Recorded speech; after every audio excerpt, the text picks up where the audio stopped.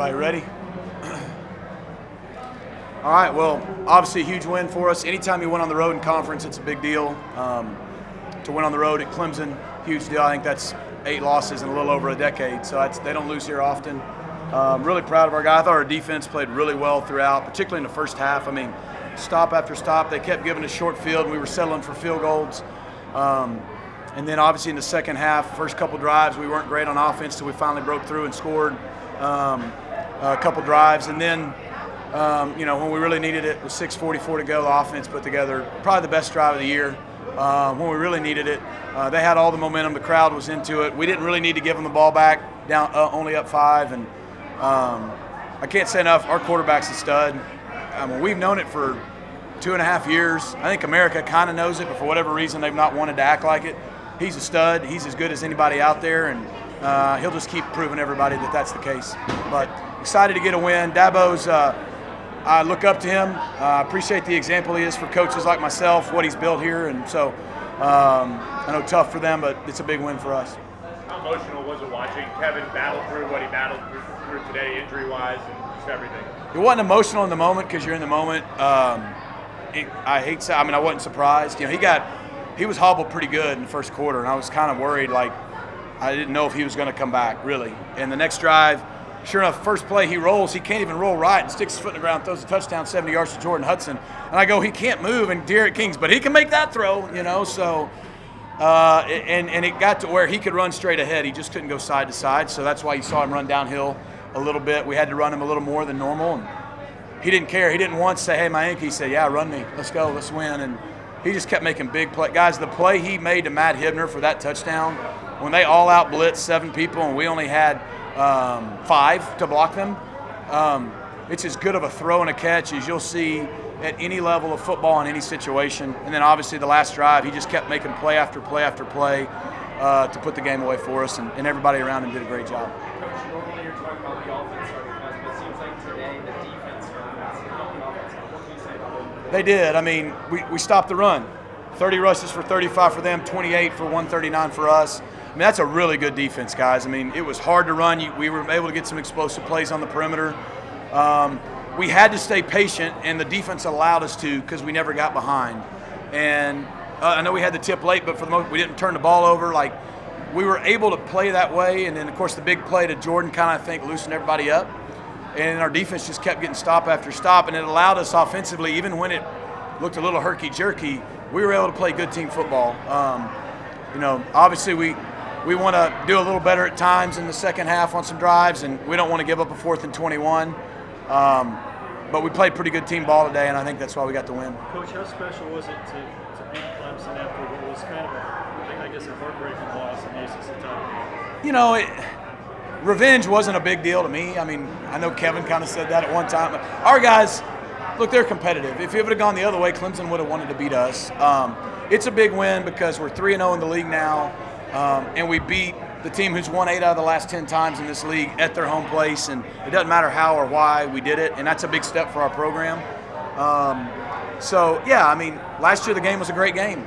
I mean, we felt like the first quarter we dug a hole and really gifted them some things, and in the last 3 quarters we felt like we played really well, and we just came up short. This year we did a good job of not digging that hole, and I think that's why we were able to finish the job. With Vizina at quarterback instead of Klubnik, did that change the way your defense attacked this? I mean, a little, but because Cade's more of a runner. But I thought the kid did a good job for Clemson. I mean, he had the 1 sack earlier that was a fumble, but he didn't get him beat. He gave him chances. The 2 throws he made for touchdowns on the double move and the play action throwback were really good. He showed great poise. I can see why. I mean, you're not the number 2 quarterback at Clemson if you don't have something to you. And I know Cade. I hope he gets healthy for him because he's a great kid. But I think other than maybe some of the Q run game, but you see they still ran him. So it kind of looked like the same offense we prepared for, obviously just with a less experienced guy back there. Talk about starting fast, maybe a revenge spot. How do you focus the team on playing passionate? Yep. Maybe less so on the emotional side. It came out. Yeah, we talked about 2 things. We didn't over-talk about needing to start fast because sometimes if you do that, you make guys kind of – so we didn't talk about it to them, but as a staff, we knew it was going to be a lot easier if we started faster, right? Like, you don't have to, but so getting up 7-0 and 13-7 and 16-7, like that was a big deal. Just because we were able to play complementary football with a lead instead of like last year coming from behind. All we talked about all week was believe. Just believe. Believe in yourself. Believe in each other, the guys around you. I mean this the right way. We told believe you're the better team. Believe you're the better team. There's so many powerful things you can do if you believe, but you got to believe it first. And it can't just be something you kind of like. You got to believe it. And I think the way our guys played, they believed it, and I think that helped. Kevin said this week that he felt like he was ready for the environment of playing in a place like Yeah. this. It's probably the biggest environment you've had since Penn State. Yeah. How do you feel like you've seen him develop in that sense in just like 7 or so games? Well, you go back to last year, and we played at Penn State, and we didn't play very well. But every step in this process for Kevin and for our program is growth. And now here we are in this stage with this environment, and when it got to 29-24 and they're turning the lights out on us and the place is going crazy, like you didn't see guys shrink in the moment. You saw them step to the moment, and it's because they had been there before. And so the old saying, act like you've been there before. I said it last year, you can't do it till you've done it. Well, last year we've been there, both the championship game and the playoff game, and that prepared us, especially Kevin, for today. And yeah, he didn't flinch, he didn't blink. As a matter of fact, he shined.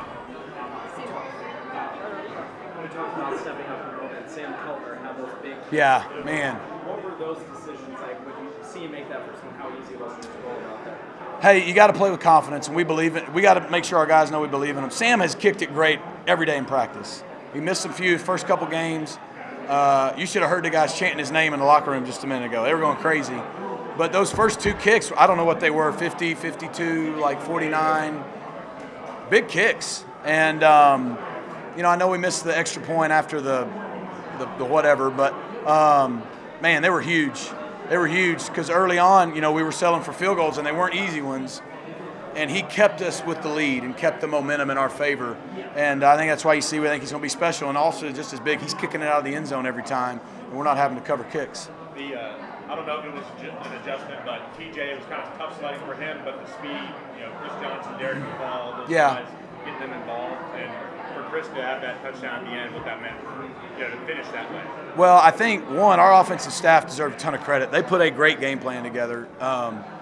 We're starting to know who we are. Look, TJ can pound at you downhill. That was going to be tough in this game. They got 3 NFL draft picks on their D-line. But we had to stay patient. But what it did, because they have to stop that and they play a ton of man, our offense was able to use Chris and McFall's speed on the perimeter, and we were able to get them matched up in space with linebackers and safeties. And you saw the plays both in the run and pass game they were able to make that were critical. And so I think it's just they were able to complement each other. It was kind of the plan coming in. We obviously played this team, but we played this DC at Penn State last year. Tons and tons of man. Their corners are really good. And so I know Jay Hudd had a big day, but that was – number 8, Terrell's he's a first-round pick. And 23 is pretty good. And so we were having to get plays from the running backs and the tight ends. And it was just TJ complimenting with those guys. I think the adjustments would be, with like Rob Likens and Derek King and Casey Woods at halftime saying, hey, we're struggling, let's go to the stacks. But sure enough, 3rd and 10 for the game, we go to the stacks and we free Jordan up for the big catch. So that was an adjustment. Our guys deserve a lot of credit and the players for executing. No, you're good. Johnson's determination in that last run. And secondly, I was just curious, if he didn't get in, were you going to kick the field goal? Yeah. Or what were you going to do there? Yeah, so it was weird. So we had the big play. They ran down to 2 minutes. They had 1 timeout. So we couldn't run it out. So we weren't, and we're at the 9, I think. So there's no benefit to like sliding and not scoring. So it worked out good. We scored on 3rd down, not 1st or 2nd, but we just told them don't run out of bounds. The worst thing that happens is we got to kick this field goal, give them about 25 seconds at 8, right? Because if Chris didn't get in, we were going to run it all the way down, take a delay game, back up, kick the field goal, hopefully go up 8 with about 25 seconds. But we told them to score. We definitely told them to score, and what a run. And that's another adjustment. Garen, we went to a blast play. The run he had earlier in the drive for about 12. We hadn't run all game. It was the same one he scored on. Just pretty good decision. But, yeah, great determination for a guy who's not a big back. I think last week and this week you've seen him really grow up and gain some confidence. The defense the last 2 weeks has had some short yardage stops against Syracuse and Stanford. And then today in the second quarter, Clemson rolled out a 300-pound defensive tackle at running back and a couple offensive linemen in the backfield. How do you simulate that in practice, since they were at least put it on film for you? And what's the key to blowing that up and getting that stop? You don't. The key is getting penetration and getting him stopped before he gets started. Because if he gets any momentum, he's going to knock you back. And I guess Scott, he just has this deal. He likes to lure people into 3rd and 4th and 1. You know what I mean? That was a huge play. It was a big stop. I bet if I'm them, I think he's going to get that 99 times out of 100. And the key is getting the penetration and then swarming, because the first surge is one thing. We had guys running the ball to stop the second surge, so it's big. The ACC, there's a lot of parity in this league right now, and you see Clemson lost a couple, Florida State's lost a couple, Miami loses last night. How important is it to be one of 3 teams right now that still controls your own destiny? It's important because I watched that Miami-Louisville game, and that's 2 playoff caliber teams. They're loaded with talent. We got to play both of them. We don't have to worry about them right now. I think the league's really deep. And, you know, at some point, let's start getting credit to our league like we do the other leagues. When Louisville goes and beats Miami, let's say Louisville's really good. You know, not Miami's not. Miami's really freaking good. Miami's national championship good. Louisville's playoff good.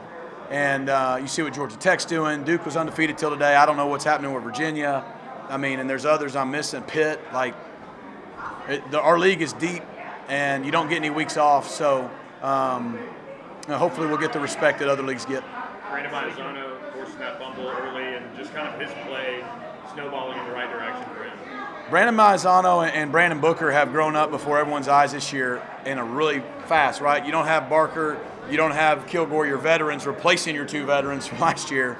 And you see now that week 1, 2, 3, 4 was ugly at times, but that growth and development has sped them up to today when they're playing at Clemson, and they're playing like seasoned veterans. And, you know, just can't say enough about Brandon. Brandon loves this place. Brandon loves SMU, and he leaves it all out there, and his teammates love him for it. You've had a great conference. This is 20 in a row conference victories. How does that feel? What does that mean for the program? I don't know. It's hard to put into words. It's a big deal. 20 in a row, 11 in the ACC. I mean, you know, just a lot of great players over the last 2.5 years have won a lot of tough games like that one to do that. So I think it should tell the whole world that we belong and we're here to stay. Now, we got a lot of work to do to get the program where we want it to be, but, I mean, I don't care what league you're in, 20 in a row is pretty hard, and 11 of them being in the ACC. We don't take it for granted because at Wake next week, that's a top 5 defense with a big-time running back, and they're 4-2, had a week off. I'm sure we're physically beat up from this, so if we want it to go to 21, we're going to have a really good week of prep. Earlier in the season, you said the team was still working to find their identity. What would you say that is? Yeah, I think this identity of this team is that they're super tough and they play really hard. And I think, you know, you saw week 2 and week 4, we didn't finish in the 4th quarter, and it wasn't fun, you know. But this team had to learn how to finish. In the last 2 weeks, we finished, maybe not pretty, but we finished for a moment like today. Went on the road, and we're 4th and 21 away from finishing a lot more, you know, easier. But hey, that's football. And then the offense, we had a chance to do that in Baylor, and we didn't. We go 6 minutes, score, put the game away. Don't put our defense back in that position, who'd played so well all day. So we've accomplished that part that should help us with the growth. But this group, I think today you saw them really come together. Over the last 2 weeks, I felt them really, you know, they've always liked each other. There's one thing to like each other and another thing to play together and for each other. And I think you saw them playing together for each other. The way they celebrated with each other was really fun to see. All right, thanks everybody.